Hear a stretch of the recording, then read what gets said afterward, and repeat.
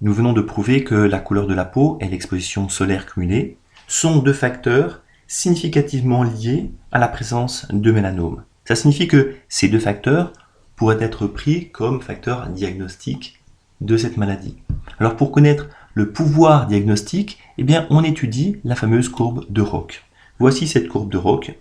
Alors elle est construite automatiquement, je ne vais pas rentrer dans le détail du calcul. On présente ici 1 moins la spécificité et ici la sensibilité. Je reviendrai sur ces notions dans la partie épidémio. Simplement, quand on considère cette courbe de Roch, on voit qu'elle a une apparence un peu courbée, comme ceci.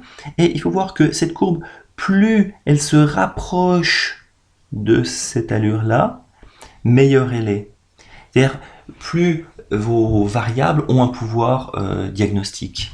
Alors là, il n'est pas mauvais le pouvoir diagnostique. Et d'ailleurs, si je descends un petit peu, je vois que l'air sous la courbe de Roch, elle est de 84,86%.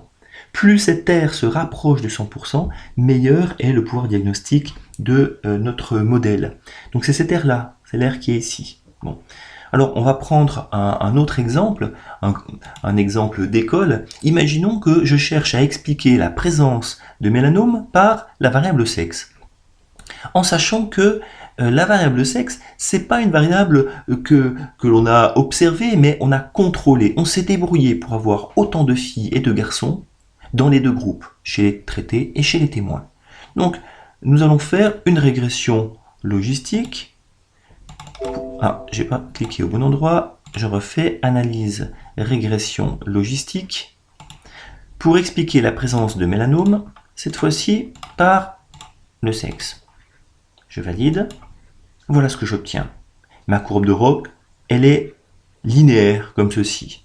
Eh bien, elle traduit le fait que le sexe n'apporte aucune information pour expliquer le mélanome.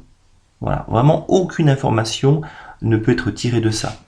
Alors, dès lors que la courbe de Roch se détache de cette droite, comme ceci, eh bien, on peut dire que les facteurs commencent à être explicatifs. Voilà. Alors, pour savoir s'ils sont significativement explicatifs, eh bien sûr, on regarde les p-values associés. Et on regarde également, bien sûr, l'air sous la fameuse courbe de Roch.